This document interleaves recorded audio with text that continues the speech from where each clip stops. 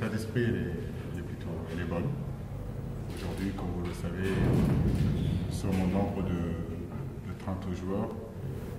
Parmi ces 30 joueurs-là, il y a pas mal de nouveaux joueurs. L'objectif de ces deux matchs-là, effectivement, c'est d'aider les nouveaux joueurs à s'intégrer. J'ai envie de dire que l'intégration se passe plutôt bien. Et puis, on est aussi sur le peaufinement de notre stratégie. Comme vous le savez, c'est 5-3-2 qu'on a eu à jouer contre le Congo et qu'on espère encore redémarrer dans ce système-là. J'ai envie de dire que l'état d'esprit est plutôt bon, à part quelques blessés à déplorer, comme Abdou Diallo, je pense qu'il est incertain. On saura ce soir si vraiment c'est possible qu'il puisse jouer demain ou pas. Merci. Vos questions maintenant? Vous vous présentez? Voilà, coach, vous avez joué la dernière fois avec mon système, un système 3-5-2. Vous allez apparemment jouer encore avec ce même système.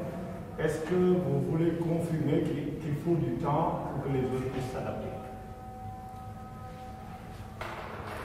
Écoutez, dans chaque système qu'on met en place, il faut bien sûr du temps. N'importe quel système que vous mettez en place, ce n'est pas du jour au lendemain que tout soit parfait. Nous en sommes conscients. Nous le savons depuis le départ que pour qu'un système soit huilé, il faut du temps. C'est vrai que c'est un système qu'on a réfléchi depuis le mois de novembre avec le staff.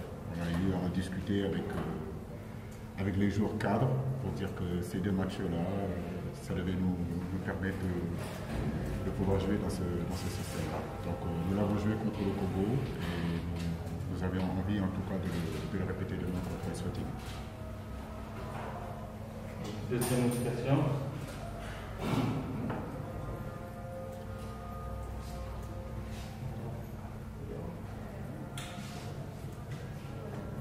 Oui, il n'y a pas de question.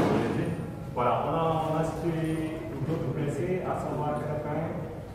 Est-ce qu'il s'est remis et est-ce qu'il pourra tenir sa place demain? Il a eu une béquille contre le Congo. Donc, apparemment, il n'y a rien de grave. Il reprendra l'entraînement aujourd'hui, cet après-midi.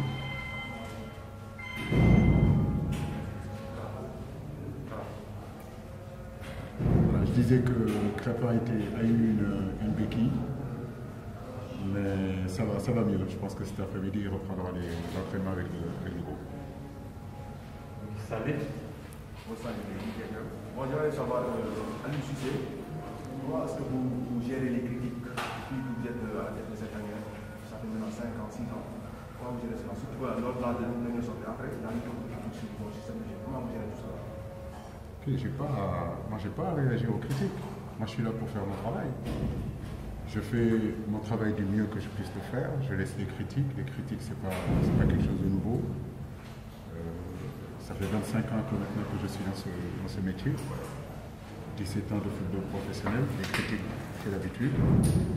Ça ne m'empêche pas d'aller avec mes idées, d'aller avec ma philosophie et faire des résultats. Donc, les critiques, tout le monde est critiqué. Je ne serai pas le premier sélectionneur à être critiqué. Les grands hommes de ce pays-là qui sont responsables aujourd'hui partout dans les secteurs de ce pays-là sont critiqués. Et puis, qui suis-je pour ne pas être critiqué? Merci. Oui, une dame. Coach, quel match devrait-on s'attendre d'abord? Écoutez, c'est un match intéressant, important pour nous, dans la mesure où ce premier match contre le Congo, nous n'avons pas réussi à le gagner. L'objectif qu'on s'était donné, c'était de gagner les 6 matchs.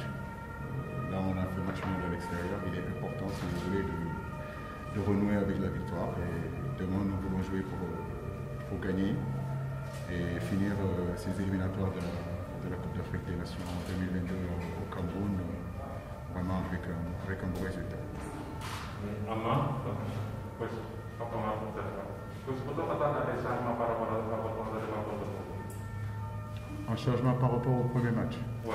Oui, tout à fait, parce que comme je le disais tout à l'heure dès le départ, il y a 30 joueurs. Donc on ne pourra peut-être pas faire jouer tous les 30 joueurs, mais je crois que les 2 matchs, ça sert à ça aussi. L'objectif c'était ça, l'objectif c'était d'appeler des joueurs, leur donner la possibilité de pouvoir les voir. Comme vous le savez, dans la composition d'équipe du match contre le Congo, il y a eu quand même 5 joueurs, soit qui honoraient leur deuxième sélection ou qui étaient des nouveaux.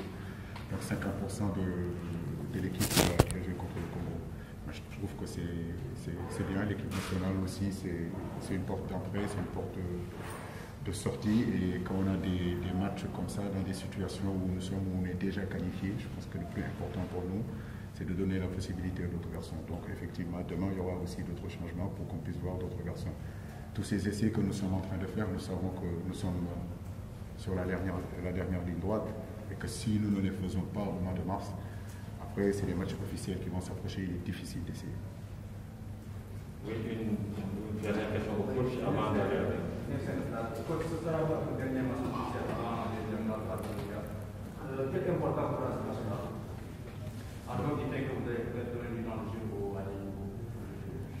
Vous savez, en équipe nationale, tous les matchs sont importants. Nous jouons toujours pour gagner, nous jouons toujours pour faire des résultats. Et comme je vous le disais, c'est un pari que j'avais fait avec les joueurs de faire du 6 sur 6. On ne pourra pas faire sur du 6, donc il nous tient à cœur de jouer ce match-là, de bien le jouer, de gagner et surtout de gagner aussi avec la manière. On a des questions à Idrissa. Oui. Avec le PSG, vous avez déjà joué avec ce système, le 3-5-2. Maintenant, c'est une nouveauté avec l'équipe nationale du Sénégal. Pensez-vous que ça doit être un plan B ou tout simplement ça peut être un système sur lequel le Sénégal pourrait se battre? Ça, je pense que cette question, il faudra la poser au coach.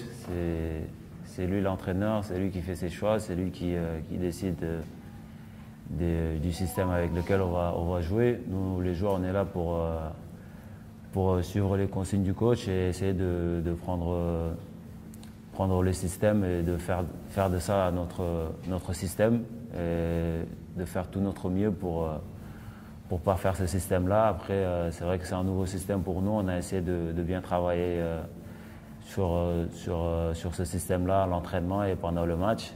Ce n'était pas facile comme tout nouveau système, mais voilà, on a fait de notre mieux et je pense qu'on est tous satisfaits, même si tout n'était pas parfait de ce qu'on a fait. Et on voulait voir des choses et on a vu des choses pendant ce match-là.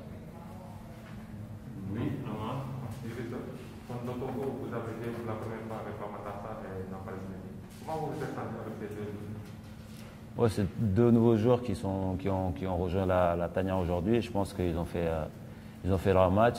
Nampalys qui nous rassure derrière et comme je l'ai dit, il faut juste qu'il parle un peu plus avec moi et Pape-Matar qui sommes devant lui.